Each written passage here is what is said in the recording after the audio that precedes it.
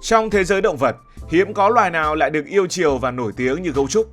Chỉ cần nhìn dáng vẻ mũm mĩm, bộ lông trắng đen tương phản, đôi mắt lúc nào cũng như kẻ vừa mất ngủ là người ta đã phải bật cười. Gấu trúc được xem là một biểu tượng dễ thương toàn cầu, từ phim hoạt hình Kung Fu Panda cho đến logo của Quỹ Quốc tế Bảo vệ Thiên nhiên. Thế nhưng có một sự thật kỳ lạ, trong khi hổ có ở nhiều nước châu Á, sư tử có ở nhiều nước châu Phi, hay là chim cánh cụt có ở tận Nam Cực, thì gấu trúc lại chỉ sống duy nhất ở Trung Quốc. Bạn muốn tìm thấy gấu trúc trong tự nhiên? Xin mời hãy bay thẳng đến Tứ Xuyên, Cam Túc hay Thiểm Tây. Ngoài những nơi đó ra, cả thế giới rộng lớn này tuyệt nhiên không hề có bóng dáng của một con gấu trúc hoang dã nào cả. Tại sao lại như vậy? Vì sao quốc bảo này lại gắn chặt số phận với đất nước Trung Hoa suốt hàng triệu năm qua? Thật ra, ở một số nước có gấu trúc nuôi nhốt ở trong sở thú, nhưng gấu trúc này cũng không phải là của họ. Tất cả gấu trúc bên ngoài Trung Quốc đều là gấu thuê từ Trung Quốc, theo hình thức được gọi là ngoại giao gấu trúc. Trung Quốc sẽ cho mượn gấu trúc ở các vườn thú tại Mỹ, Nhật, Pháp, Singapore, Qatar, nhưng giấy tờ vẫn ghi rõ gấu thuộc quyền sở hữu của Trung Quốc. Các nước phải trả khoảng 1 triệu đô một năm cho mỗi cặp gấu trúc tiền thuê. Con non sinh ra ở nước ngoài cũng tự động thuộc về Trung Quốc và thường được đưa về Tứ Xuyên để nuôi khi đủ tuổi. Nói cách khác, bạn sẽ không thể thấy gấu trúc Mỹ hay gấu trúc Nhật bởi tất cả đều mang quốc tịch Trung Quốc. Nói về gấu trúc mà chúng ta biết ngày nay thật ra là hậu duệ của một dòng dõi cổ xưa. Khoảng 2 đến 3 triệu năm trước, tổ tiên của gấu trúc từng phân bố rộng khắp châu Á, trải dài từ miền Bắc Trung Quốc, Việt Nam, Myanmar cho đến cả miền Đông Nam Á ở một số quốc gia khác nữa. Hóa thạch gấu trúc cổ đại từng được tìm thấy ở miền Bắc của nước ta. Điều này cho thấy loài này không phải lúc nào cũng chỉ có ở Trung Quốc. Nhưng rồi biến đổi khí hậu đã thay đổi tất cả. Khi mà trái đất dần lạnh đi, những cánh rừng nhiệt đới bị thu hẹp, nhiều loài thực vật biến mất, hệ sinh thái thay đổi hoàn toàn. Gấu trúc vốn sống nhờ vào tre và nứa, mà tre chỉ mọc được ở những vùng khí hậu ẩm ướt, mát mẻ. Thế là từng bước, loài gấu này phải rút lui về những vùng núi cao, nơi còn sót lại những rừng tre xanh mướt. Và cái vùng trú ẩn lý tưởng ấy lại chính là Tứ Xuyên, một phần những tỉnh lân cận khác của Trung Quốc ngày nay nữa. Trải qua hàng chục nghìn năm, những quần thể gấu trúc ở nơi này, nơi khác bị tuyệt diệt, chỉ còn những nhóm nhỏ ở vùng núi Trung Quốc sống sót. Giống như một người lạc trong bão tuyết, tìm thấy mái nhà duy nhất còn thắp lửa, gấu trúc đã bám chặt lấy những khu rừng mù sương của Trung Hoa, và từ đó chúng tồn tại đến tận ngày nay. Nói về chế độ ăn uống kỳ lạ thì chắc không loài nào kỳ lạ như gấu trúc. Bề ngoài chúng là gấu, có họ hàng với gấu nâu, gấu Bắc Cực, nghĩa là bản chất chúng là động vật ăn thịt. Nhưng không hiểu tới lúc nào, gấu trúc lại chuyển sang ăn chay và gần như ăn duy nhất một thứ, đó là tre. Tre chiếm tới 99% khẩu phần hàng ngày của chúng. Trong khi họ hàng của mình tung hoành đi săn cá, hươu hay hải cẩu, thì gấu trúc lại ngồi gặm từng đốt tre suốt 12 đến 14 tiếng mỗi ngày. Nghĩa là chúng dành một nửa cho đến quá nửa ngày chỉ để ngồi ăn tre. Vấn đề là tre không có nhiều chất dinh dưỡng. Một con gấu trúc trưởng thành phải ăn từ 12 cho đến 40 cân tre mỗi ngày mới đủ năng lượng để sống. Và tre thì không phải ở đâu cũng có. Tre mọc nhiều nhất ở những khu rừng ẩm ướt, khí hậu mát mẻ, thường là vùng núi cao. Trung Quốc lại chính là nơi có những cánh rừng tre bạt ngàn, đặc biệt là Tứ Xuyên. Nó giống như một siêu thị riêng biệt dành cho gấu trúc. Một lý do khác khiến gấu trúc chỉ ở Trung Quốc đó là địa hình. Hãy tưởng tượng những dãy núi ở Tứ Xuyên, những thung lũng mờ sương, những cánh rừng rậm rạp. Chính điều kiện này đặc biệt tạo ra môi trường sống lý tưởng cho gấu trúc. Ở độ cao này, khí hậu mát mẻ để tre phát triển mạnh, đủ ẩm để rừng xanh quanh năm và cũng đủ tách biệt để hạn chế con người xâm nhập.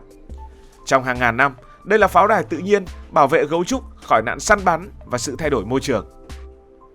Nếu bạn đến Tứ Xuyên, bạn sẽ thấy người dân địa phương vẫn tự hào gọi vùng đất của mình là quê hương của gấu trúc. Không phải ngẫu nhiên mà cả thế giới chỉ tìm thấy chúng ở đây.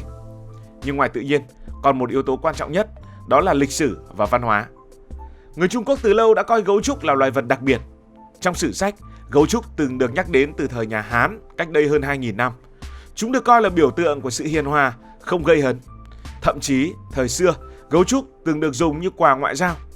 Các triều đại Trung Quốc đem gấu trúc tặng cho các nước láng giềng như một biểu tượng hòa bình. Truyền thống này vẫn còn đến nay, còn được gọi là ngoại giao gấu trúc. Ví dụ, khi Trung Quốc muốn cải thiện quan hệ với Mỹ, họ tặng vườn thú Washington một cặp gấu trúc và lập tức người Mỹ phát cuồng với chúng. Điều này vô tình cũng khiến gấu trúc gắn chặt hơn với hình ảnh của Trung Quốc.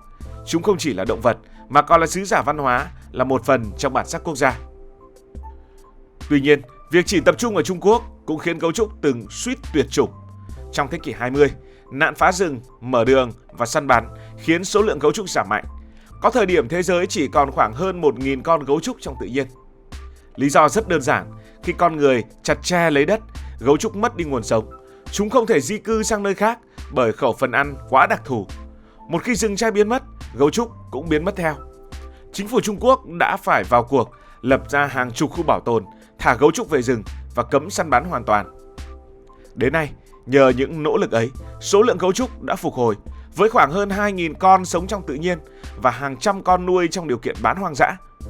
Nhưng câu chuyện này cũng cho thấy gấu trúc thực sự quá phụ thuộc vào Trung Quốc, và nếu nơi đây không bảo vệ chúng, cả thế giới sẽ mất đi loài gấu sống động này. Nhìn lại tất cả, ta thấy gấu trúc chỉ có ở Trung Quốc vì 3 nguyên nhân chính. Thứ nhất, lịch sử tiến hóa của chúng co cụm ở vùng Tứ Xuyên, nơi có môi trường duy nhất còn phù hợp. Thứ hai, khẩu phần đặc biệt, gần như chỉ có tre, trói buộc chúng với những cánh rừng của Trung Quốc. Và thứ ba, yếu tố lịch sử, văn hóa đã khiến loài này được Trung Quốc gìn giữ như báu vật thay vì để nó di cư hay là biến mất. Ngày nay, muốn thấy gấu trúc ngoài tự nhiên, bạn buộc phải đến Trung Quốc. Ở những nước khác, nếu có gấu trúc thì đó chỉ là gấu trúc ngoại giao được Trung Quốc cho mượn để nuôi trong vườn thú với điều kiện rất nghiêm ngặt. Ngay cả khi gấu trúc sinh con ở nước ngoài, con non đó vẫn thuộc sở hữu của Trung Quốc và phải đưa về nước khi trưởng thành. Điều đó cho thấy gấu trúc không chỉ là loài động vật quý hiếm mà còn là thương hiệu độc quyền của Trung Quốc, vừa mang ý nghĩa sinh học, vừa là một công cụ ngoại giao đặc biệt. Và sau đây là một số sự thật thú vị liên quan đến gấu trúc. Một lần nữa lại phải nói về chuyện ăn uống của gấu trúc. Một con gấu trúc trưởng thành nặng khoảng 1 tạ, mỗi ngày phải nhai tới 12, thậm chí 40 cân tre mới đủ no. Nó giống như bạn mỗi ngày ăn cơm 3 bữa, một bát cơm thôi cũng thấy no rồi. Thế nhưng gấu trúc lại phải ngồi gặm tre cả ngày, từ sáng đến tối. Giống như người ta đi làm công sở cả tiếng, thì gấu trúc ăn tre không chỉ 8 tiếng mà phải 12, thậm chí là nhiều hơn. Vấn đề nằm ở chỗ, gấu trúc vốn xuất thân là loài gấu ăn thịt.